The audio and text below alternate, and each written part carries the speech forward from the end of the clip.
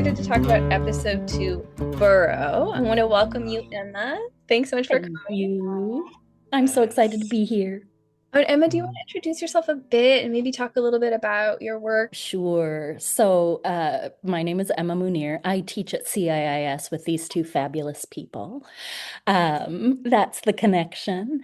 And a lot of my clinical work has been in attachment therapy with teenagers and their families, whether that's chosen family systems and queer communities or foster and adoptive family systems.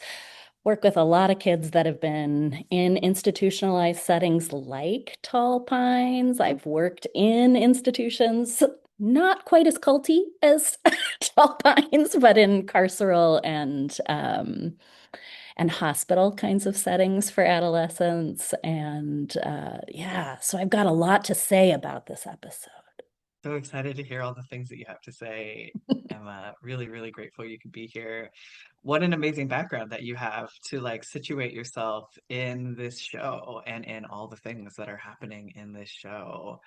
I'm curious what it brought up for you watching this episode, watching Burrow, what memories or questions or Yeah. thoughts.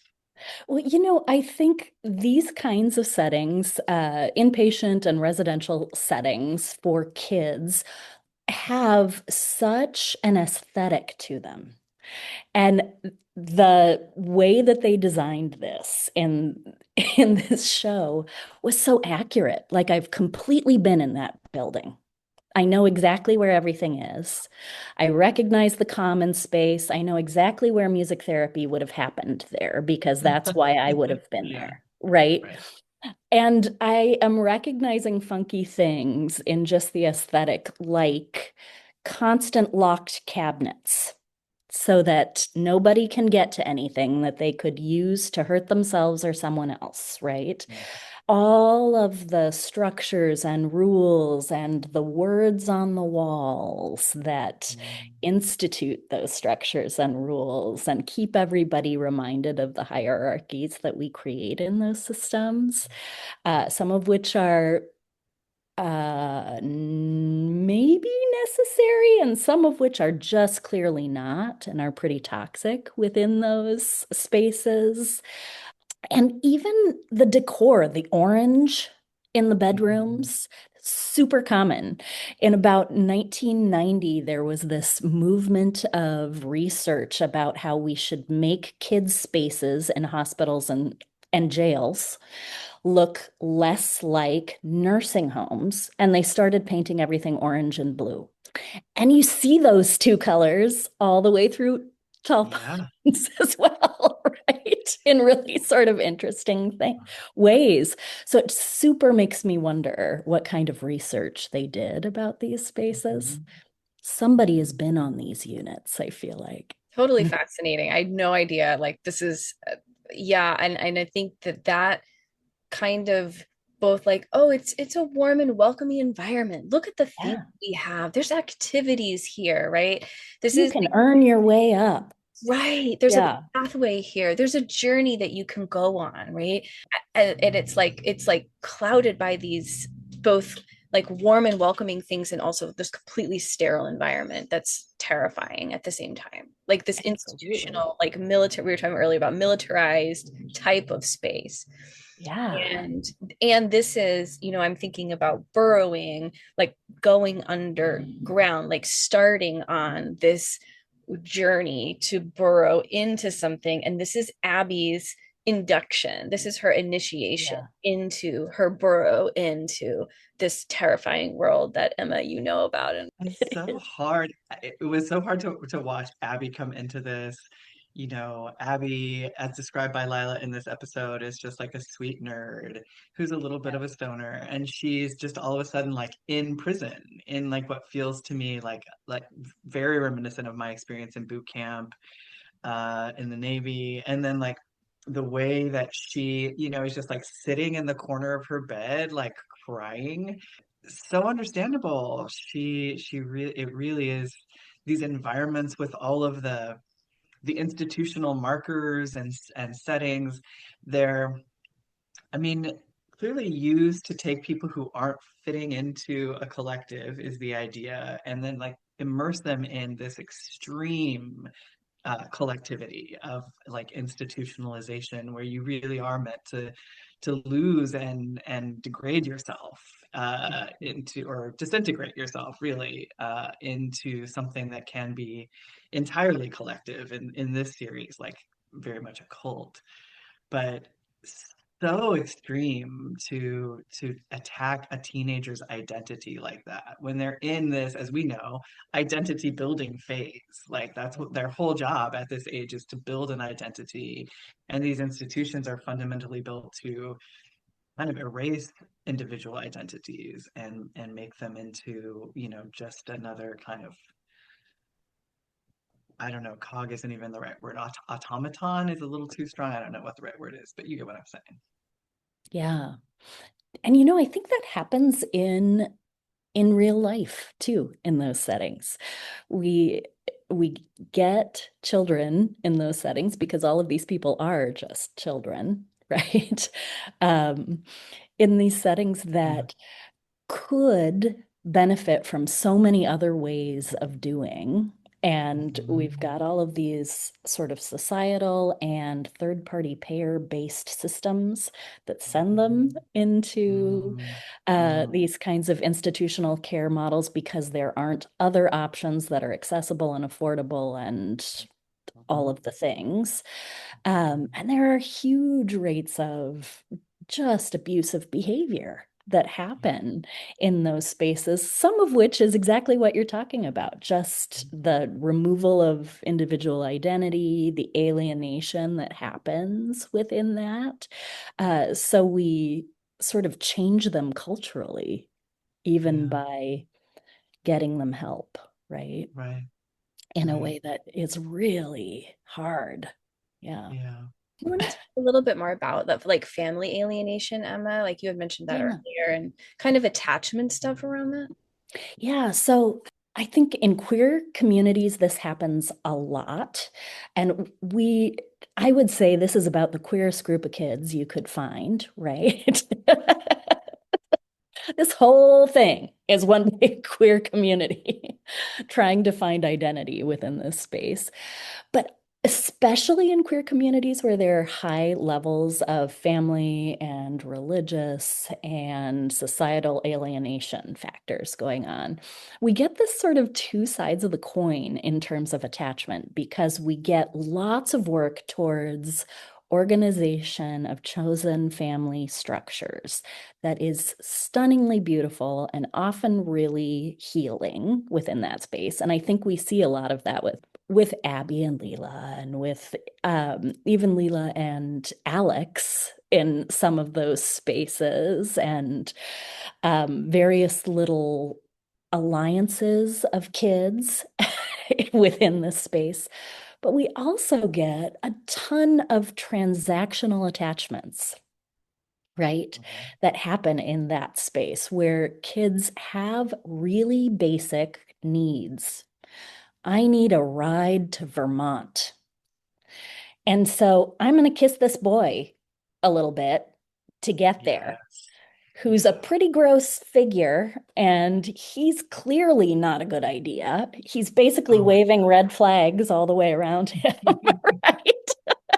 But we've got a transactional attachment there that she recognizes as Mhm. necessary. And so we Mhm. see this happening in queer communities that have alienation, where we sort of encompass these people that are not necessarily good for our long-term well-being, but Yeah. do have a transactional need Mhm. associated with them. I mean, it really opens up a lot for me. I think flashing back on all my young relationships and was like, how many of those were transactional? And did I know that ever at the time? It does seem like Lila is relatively conscious that this is, you know, this dude is of use and whatever with him. Hmm. Um, but yeah, I think it's really hard to know as a young person which of your attachments are transactional, which are lasting. Yeah. When you're being used as a transactional attachment for someone, if you really like somebody too, like in this queer way, like if I have a crush on somebody, I might Mhm. be very liable to be quite used by them in a transactional way and not know it and to see it as something like much more deep and meaningful. Yeah, And so it's a certainly when there's trauma and there's cutoffs, this can occur. And I'm even thinking about, I mean, think about Laura and Alex, but Laura taking this house from Tony Totally. Collette. I mean, that couldn't be any more like mother, an adult version of that, right? Like you can Mhm. be okay, you can be part of us. I'm still your mom, or whatever the replacement is for that wound that I've created in your life. You know, Absolutely. but you have to stay. There's something to be said about, oh, this house comes with no attachments. Just kidding. It really has. So there's Yeah. so much there. I really like the way you're thinking about this, Emma. Yeah. Well, and I think there's a second layer to it too, which is that so much of the time that transactional part of the transactional attachment learning happens in the original attachments. So like we see all the needs that are getting met in both Abby and is it Leela or Lila? think it's Lila, I think but it's Lila. Yes. it's got a slightly different spelling, so we've had some Okay. confusion about that Yeah. ourselves. Um, in both of their family systems, their alienation was part of a transactional attachment, right? Because they were embodying some kind of family trauma. Abby was not living up to the rules that were associated with career. We had that whole scene in the first episode around all of that. And there was a transactional piece about them being alienated. You have to leave so that the family system can uphold its identity. And then it makes perfect sense, right? That kids move past that into, okay, what can I get from other people? Because they've seen that modeled in unhealthy ways in original attachments. Yeah.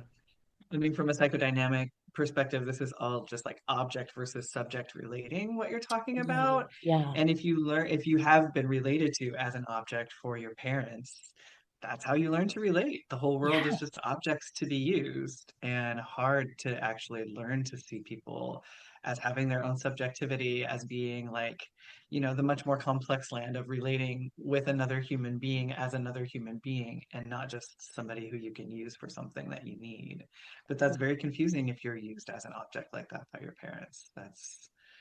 Super That's confusing. Yeah. and so painful. So painful for kids. I feel like I see so many kids and adults still really carrying that wound of being objectified by their parents, to serve a purpose or to meet a certain kind of image, or to just be an extension of the parent. So Hmm. painful. And I think that what exactly you're talking about is the thing that upholds the cult. Like if you are an extension of the mother, if there that's what has to happen in order, the mother, Tony Collette as the mother, that's what has to happen in order for this whole thing to unfold Right. and for it to keep perpetuating. Yeah. And we were talking earlier about kind of roles within the cult. And so maybe we could talk about this for a second. And we're definitely going to talk about Stacey Avery because I want to yeah, because that Stacey is whoa. What is happening with Stacey? But I think the first role that really shows itself in this episode is the principal. But Emma, what did you say his name was? I think it's Mr. Turner. Turner. Okay. Turner, that sounds right. You just had douchebag in your notes, and Yeah, I that's Yeah. right. do. Principal douchebag, which I'm pretty sure is not his name, but we could call him PD just to Yeah. to shorten that. Yeah, Principal douchebag. He's the recruiter, so he is working for the Right. cult on from the outside. Because he actually really is on the outside. He's in Canada, right? So he's like Yeah. there. He's actually there. It's casting nets far and wide. And so he's the first one. And the interaction between that him and Lila is horrifying. Oh my gosh. It's horrifying. He calls her a toxic addict sociopath with abandonment issues. Yeah. I mean, just what? I And mean, I was thinking of the hot seat and, like, and him in that at some point and how he learned to do just exactly what he did in that meeting Absolutely. at Tall Pines. he's right. Hmm. He's We've so right. got some more subject-object relations here, Avery. Yeah. Yeah. Just he learned how to go for Yeah.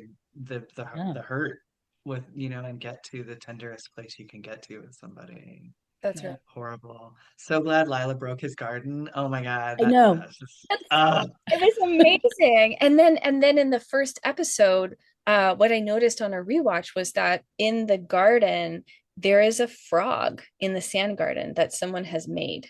So if you look closely, you'll see, or a toad. This is a question mark about frog versus toad, but there is some kind of frog v toad in the sand. So she's also breaking that, the lineage of the mm, frog and the toad, which is part of the whole pathway, part of the journey is that. So I just love that. I'm like, well, she's a badass bitch. And then another role that we're seeing in this one is Abby as a pigeon. So we're talking about her as an initiation, and they're calling her a pigeon, right?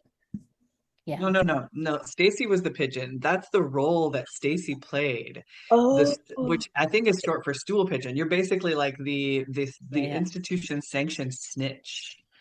oh, That's Stacy's job. That's why she's like going under that dude's bed and like that's feeling if there's any dust there and then blows the whistle on him. yes. That's her whole job is just to snitch on people You're and so get right. them in trouble. You're right. That's right. You've Sorry. got it, She Avery. does the she does right, Absolutely. the pigeon check. You're The absolutely pigeon. right. Yes. And that's part of um the right is like what is they're splitting there of like what is good and what is bad, what is clean, what is dirty, what is healthy, what is sick.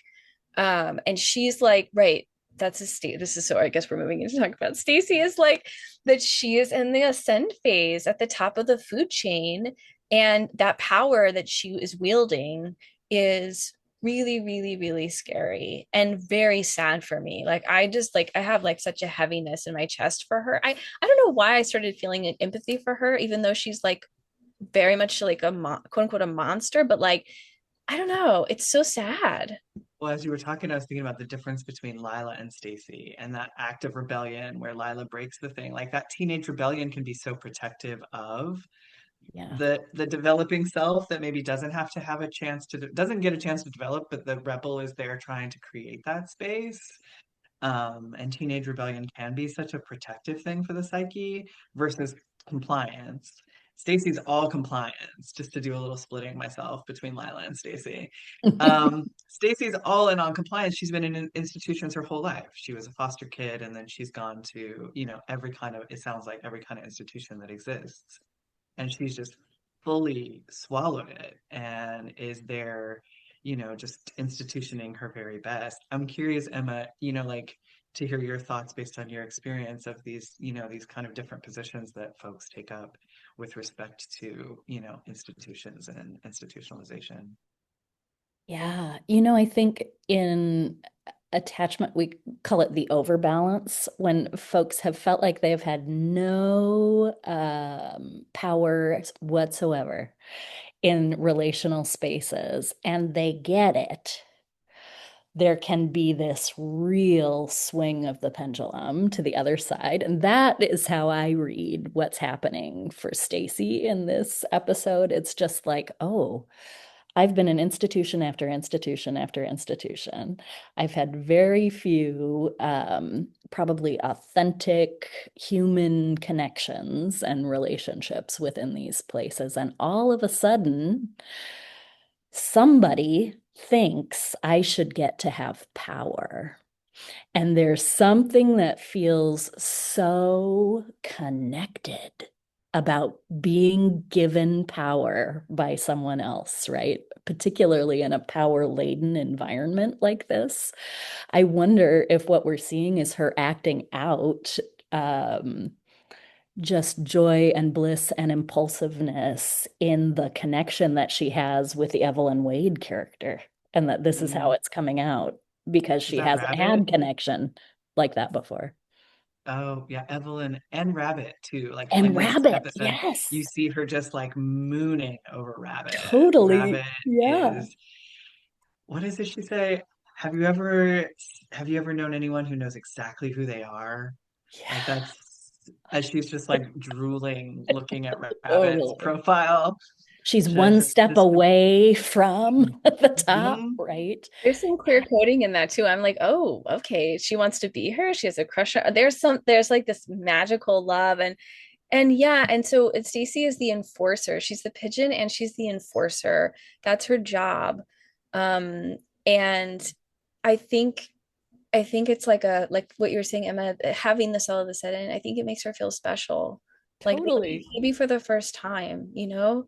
And like Right. pigeons, when you think about pigeons, they're just kind of like there. They're sometimes we don't even notice them. They kind of blend in. They're not Yeah. really that exciting, right? Like, and it's sort of like thinking of that archetype about her and then having her be in this particular position of power and how like that moves something for her, moves something into Yeah. the magical and the beautiful and the like a pigeon of like unappreciated magic of the pigeon. Totally. And she's so indiscriminately hurting everyone around her in that sort of spin in a way that is so awful and that kind of happens for people when they're over institutionalized. Yeah, the power piece is really important. Just she derives her power from the institution in this way that is so deep, and Lila is really trying to derive her power by pushing back against Totally.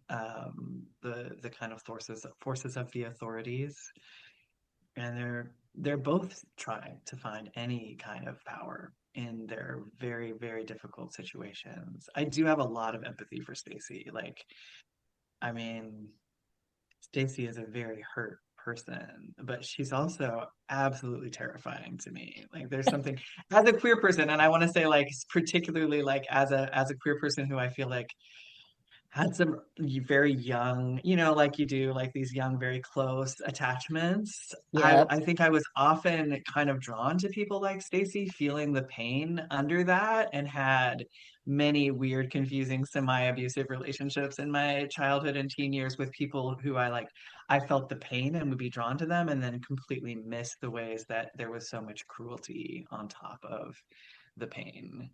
And there's immense cruelty in Stacy, but it's all covering up deep, deep, deep attachment wounds. I don't know. I feel like there's symbolism in her character because she is the most extreme, I don't know, image of what this whole institution means. And she's taken it on hardcore, right? So she's sort of the one that we get to argue it with as viewers. I don't know. Do you feel that as you're watching it? Yeah, I love Whereas that. there are a Thank you for million articulating that. characters working Uh-huh. in this, but it's like, oh, we've got to have a conversation with Stacy.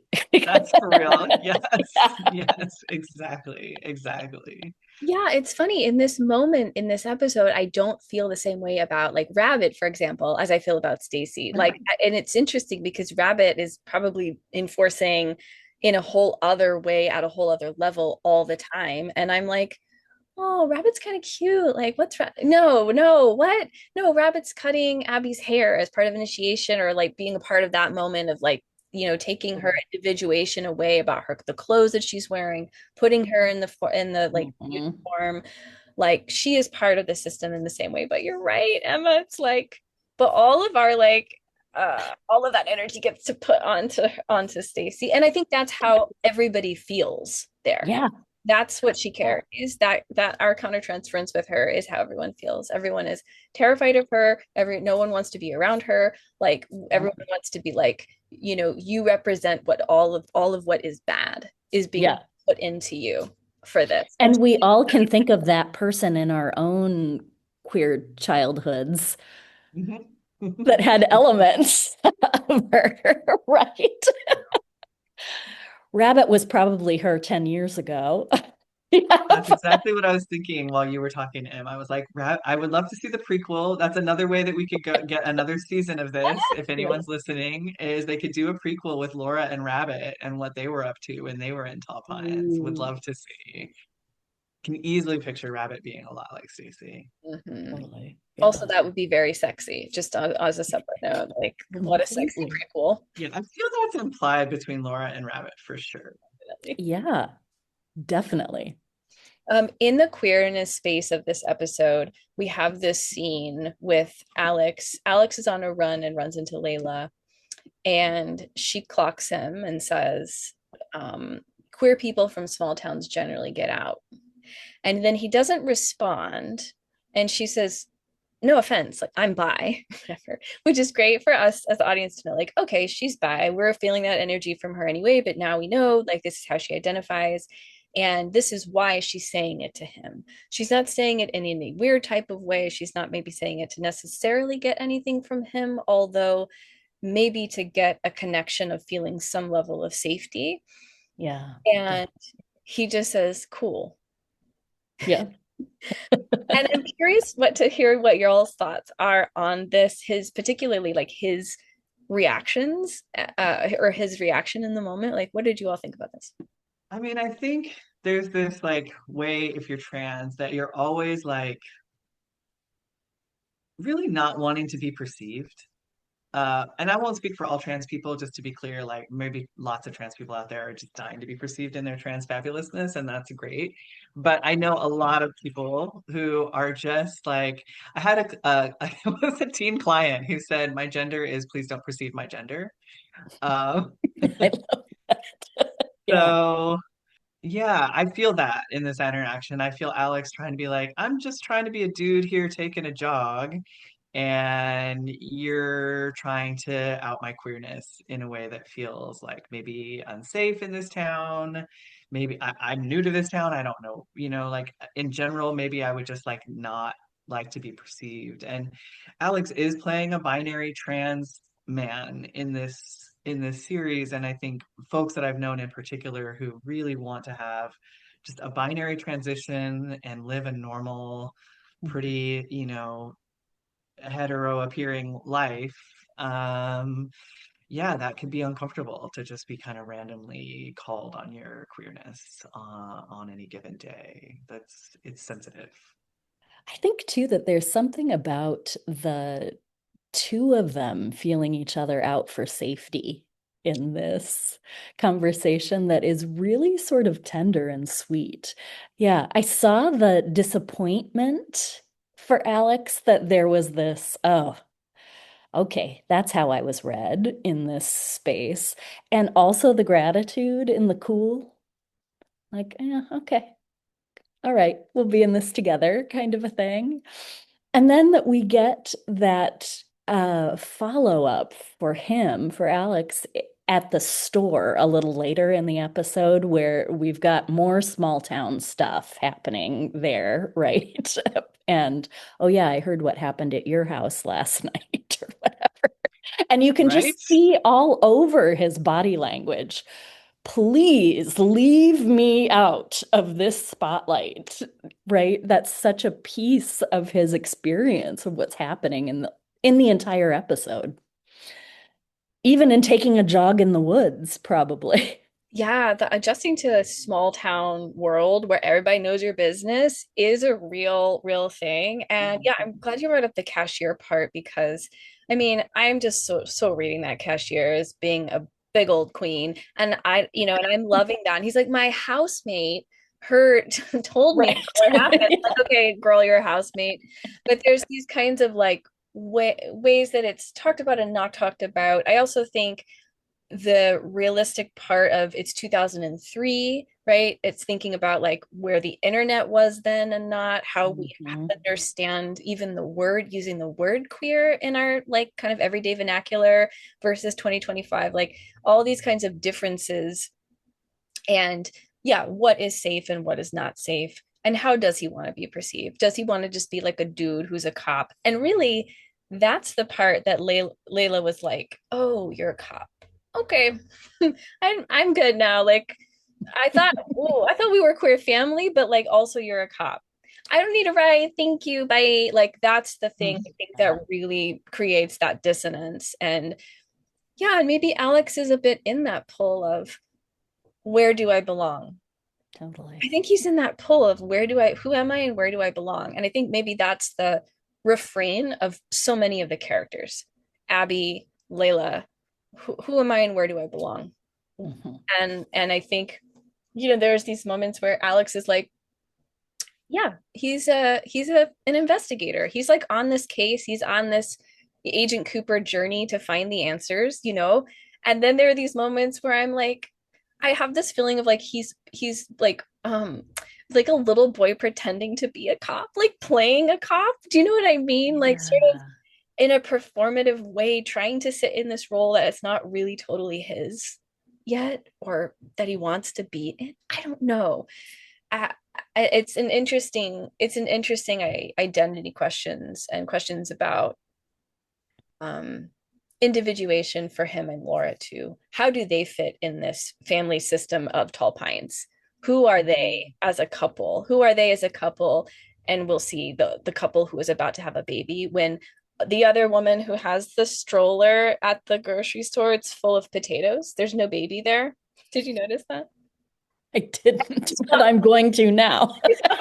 She's walking. He's like, "Oh, hey," and he like sees a stroller, and I think he kind of gets excited, like, a baby. Maybe I can talk to this person. Blah, blah, blah. And it's just full of like potatoes slash maybe other root vegetables. There's no baby in there, and it's like, ooh, all of these like harbingers of this is what's to come. There are no babies here. Mhm. There are no kids. You can't be a kid. I mean, it makes me think, it makes me wonder, and maybe I'll look this up and see if I can find anything. Just like, how many trans cops even are there? Like it's such Great question. That is a I, great question. I was thinking, we were talking about gender in my multicultural counseling class over the weekend, and policing is such a thing that comes up, just the way that gender policing is constant and pervasive. Mhm. And I think the opposition to having your gender policed and policing in general is such a part of what I see here, experience in the queer community, just a real resistance to policing, period. I imagine it's a relatively small percentage of folks who transition and want to enter the law enforcement field. Mhm. We're everywhere, so I'm sure they're out there doing, the best work that they can, but I imagine that's an extremely hard space to occupy. So again, just like feeling Alex's like the precariousness of his position in this town. And then, yeah, in this episode, he gets called out first for being queer and then second for being a killer. Like, that's what he heard about happened in his house last night, just to put a fine point on it. Like, this guy at the Mhm. grocery store was like, "Oh, I heard you murdered last night." Yep. So that's just so It's not a good jarring, both of segue those to things. Yeah. relationship, right? Yeah. Yeah. And there's such a lack of consent in his entire experience of this town, right? He's moved to this place in such a manipulative way. And there is so much about his life that is simply not up to him at this point. And I feel like there are just elements of that in every single scene he's in. Yeah, and I'm glad that we're mentioning that too, because the other cops, and even the cashier, and I'm trying to just see what he says. Oh, the cleaning crew that comes in, they come in and they say, soon it'll be like it never happened. And the cashier says something to that effect too. That line gets repeated in a very creepy way. I definitely wanted to talk Yeah. about that today. Say Soon it. it'll be like it never happened. I think that's the whole thing that Evelyn tries to cult people. Right. That's Yeah. how she cults people, is by erasing whatever was before, their families, their attachments. Soon it'll be like Hmm. anything I want never happened to you. And it's yeah, it's spoken in such an eerie way. Thanks for bringing that up. That's so right. That's exactly what she does. And the cops and the cashier echo it too. I think I see them in the roles as kind of the keepers of the cult. They kind of keep things, they keep the contained, like soon it'll be like it never happened. We're gonna fix this for you. And then we're going to hold that. We're going to hold you to that. Like that's the way we are going to keep you. We erase it and we've got it under control so that you won't leave. And I just feel like in narcissistic relationships, this is such what happens. Like like people with a narcissistic injury will find something and hold on to it and then use that against you and use it to keep you connected and keep you tethered. And that's exactly what's happening here. We can erase this. It'll be like it never happened. Like your life before never happened. This murder never happened. Don't worry. We're going to take care of you. And it's like, fuck right off. No, you're not. And it's such a fantasy about healing trauma. Healing trauma doesn't work like that. Nothing is ever like it didn't happen. And that's, the fundamentals of healing trauma is you don't get to go back. You have to go forward through this and be with it. And so this, yeah, it's hard to work in therapy with this fantasy. This fantasy often shows up for people like when will it be like it never happened is what a lot of people I think come to therapy hoping for. And the sad answer is never. Um, Yeah, the blood is still dripping in the basement.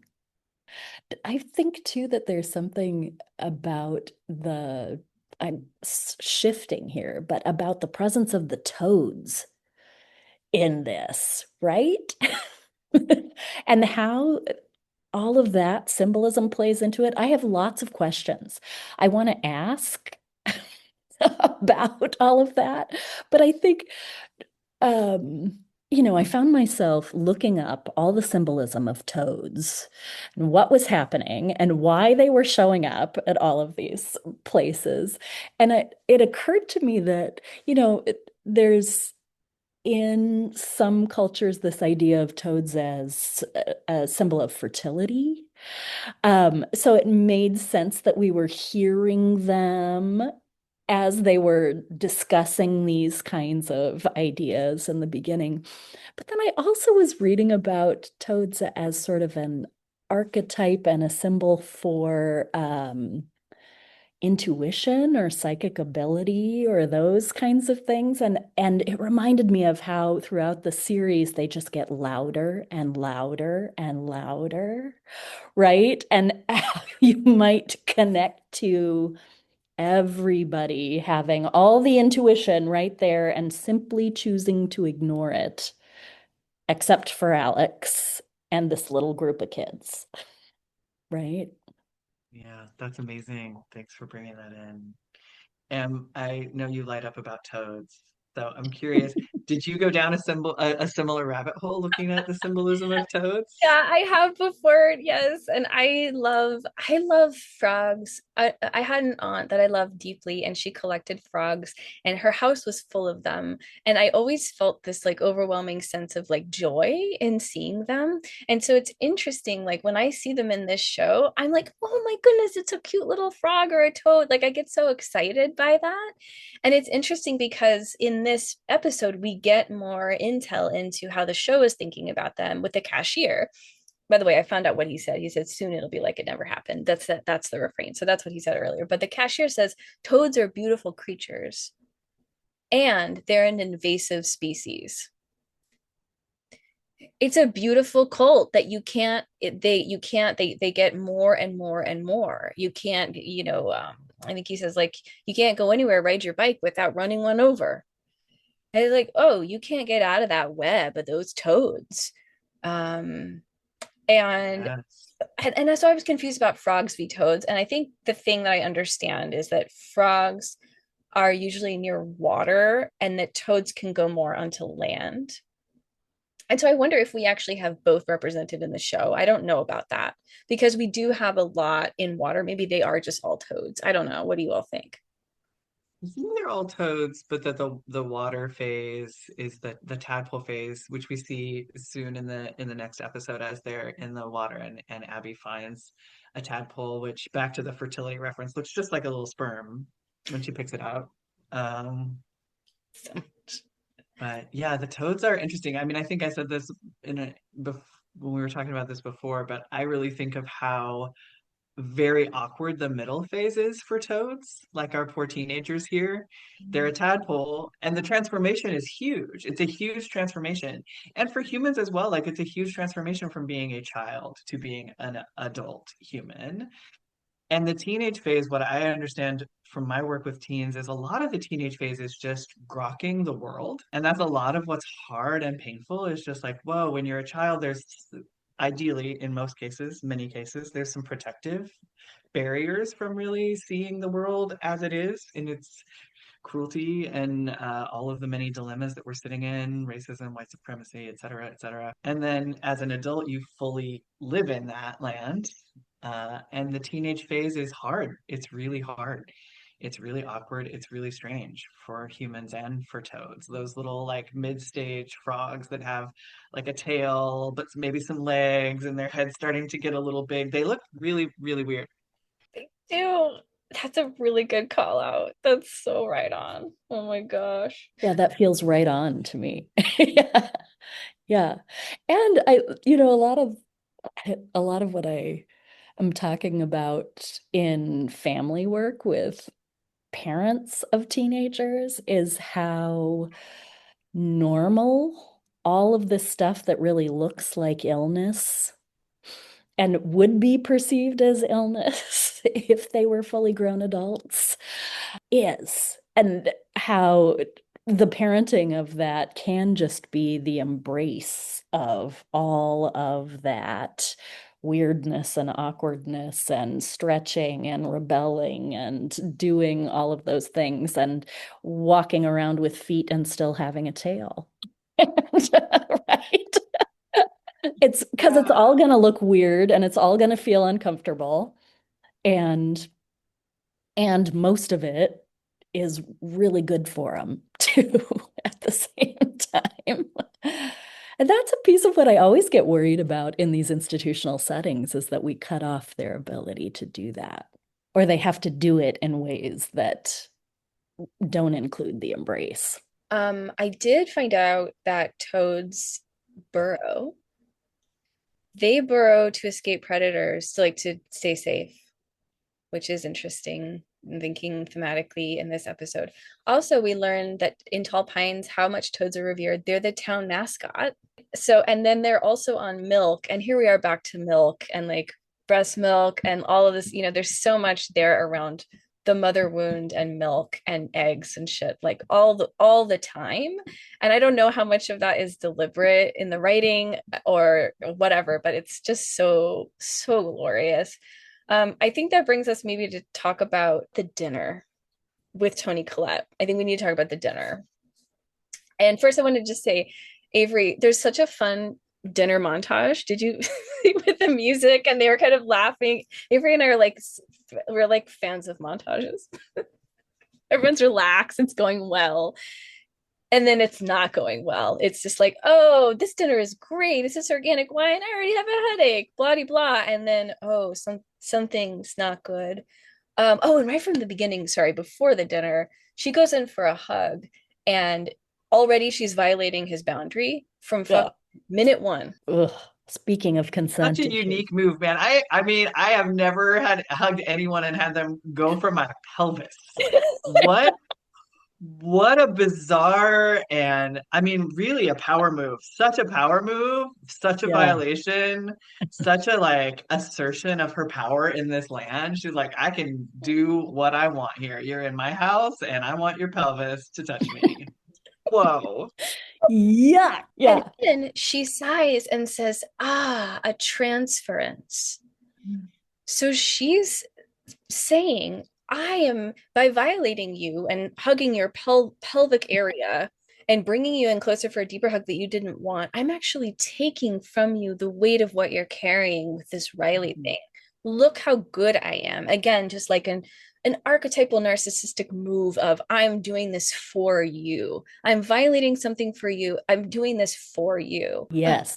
And then they sit down at that table and have the weirdest lighting ever. Oh, yeah, and let's talk about the lighting. This is so cool. So I know nothing about lighting or production of television shows. But here's what I noticed in this was that as they were sitting at the table, we had that huge lighting fixture in the middle of the table, right? And we had both Alex on one side and Laura on the other side, lit in exactly half for the whole scene. So they had a dark half of the face and a light heart half of the face. Talk about, I mean, we could invite Jung into this conversation to discuss more about that. And the only person who's totally illuminated is the Toni Collette character, right? Sitting at the head of the table, taking over the power of everything. And there was something to me that was just so salient about that, the darkness of the room and the way that the light was used in it. Mm. Another instance of the splitting, right, that we see all the way through the whole episode, through the whole series, really, of splitting people. And Toni Collette's character is so good at doing that. Such a cool catch. I love that you saw that, Emma. And like, and yeah, and that's the duality of where they are. Mhm. Alex is like, who is this person? I'm attracted to her. She's so charming and charismatic and all of the things that cult leaders are. And also like I'm also Agent Cooper on this investigative journey, and I'm not trusting all of this. Like he is split. And I think Laura is too in her own way. And then this is where hot seat comes in, right? So Toni Collette can't tolerate her split. So she's like, you have to come into the light with me. And this is how we're gonna do it. We're gonna do it through hot seat. Want to play a game? Oh my God, it's so creepy. It's so creepy. And then this is where we see it in real time. We see her do this traumatizing thing that happens, and to a version still happens. I mean, we've talked about this at other times, but this kind of thing that still happens, this like under the guise of radical honesty, it's just it's we know what it is. It's just re-traumatizing, throwing knives. Yeah. I mean, it's really using her power. She is so powerful.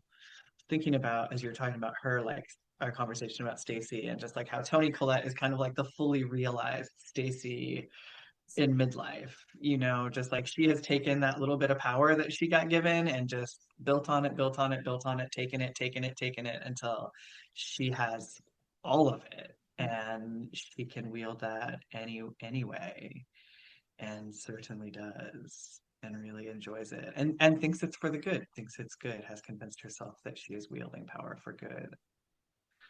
I think deeply. I don't think she's ethically conflicted in the least about what she's doing. Curious if you have a different read. I think she feels 100% righteous in her actions.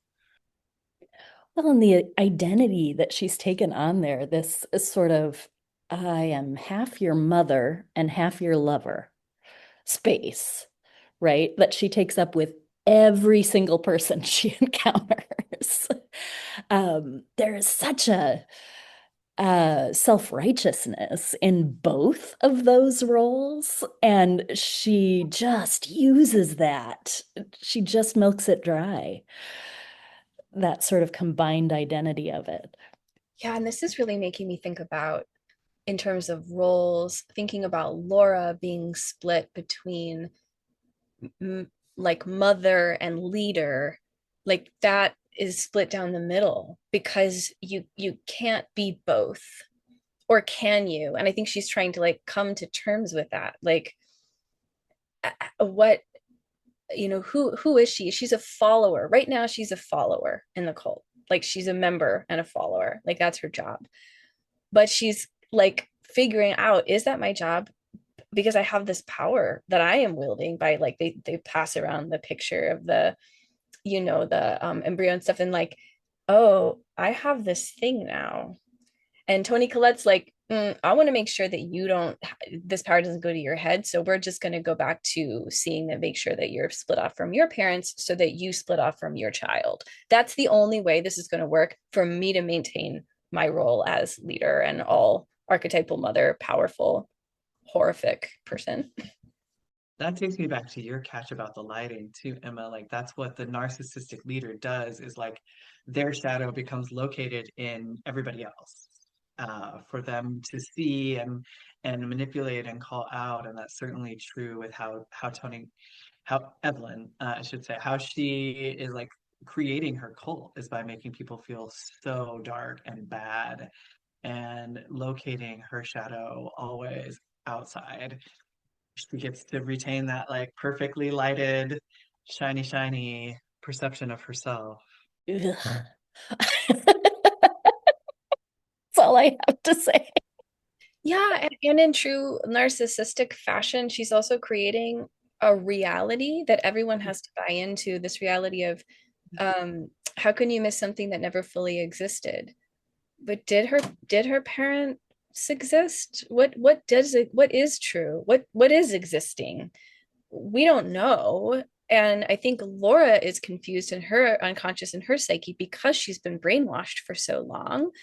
And we kind of have some ideas about maybe what have happened, but and in the next episode, I think is the dream. But uh when you're in that role of follower and member, and when you're in that codependent dependent narcissistic dynamic, you have to buy into this world and reality that is being created for you, because everything else you're being told that that's not real, and you are being gaslit basically all the fucking time. And I think that's what this is. Hot seat is such a example of like, under the guise of radical honesty, you're actually telling me how to feel, what to feel. You're putting inside of me all the parts of you that you want me to be. You might be pulling on some of my internal fears and my insecurities in order to do it, but that's what it is. There's nothing healing or transformative about hot seat. It's a shit show, shit seat. There is a moment when Alex steps in and he does try to redirect, Mhm. and she's not having it. Now, this is an important moment too, because we learn that his parents were deadbeats. He says, my parents were deadbeats too. That's just a little glimpse that we have into his history. I always want to know more. We've talked about this before. Like, I want to know more about Alex. Okay, prequel. Also, Alex backstory. Thank you. Thank you. More Mae Martin.